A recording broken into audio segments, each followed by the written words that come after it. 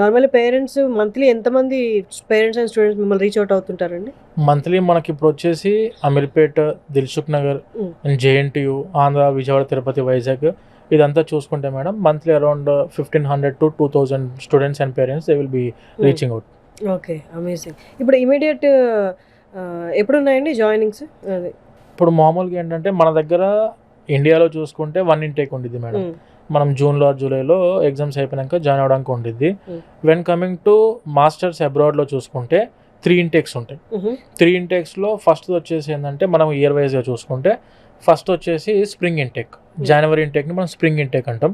And April May ఇంటేక్ని వచ్చేసి summer intake అంటాం. And when coming to August సెప్టెంబర్ని వచ్చేసి ఏంటంటే ఫాల్ ఇంటేక్. ఇలా 3 టైప్స్ ఆఫ్ ఇంటేక్స్ ఉన్నాయి. ప్రజెంట్ ఇప్పుడు రన్ అవుతున్న సెషన్ వచ్చేసి సమ్మర్ అండ్ ఫాల్ ఇంటేక్ నడుస్తుంది మేడం. Okay, amazing. స్కాలర్షిప్స్ విషయం సార్, ఏ కంట్రీస్లో ఎలా ఉంటాయి, ఎంతవరకు వాళ్ళు ప్రొవైడ్ చేయగలరు? మేడం ఇప్పుడు స్కాలర్షిప్స్ కంటే ముందు ప్రతి ఒక్క స్టూడెంట్ ఏంటంటే వాళ్ళు ఫాల్ ఇంటేక్, ఇందాక మనం డిస్కస్ చేసినట్టు ఇంటేక్స్లో చూసుకుంటే ఫాల్ ఇంటేక్కి వెళ్దాం అనుకున్న student they need to approach 6 to 8 months before.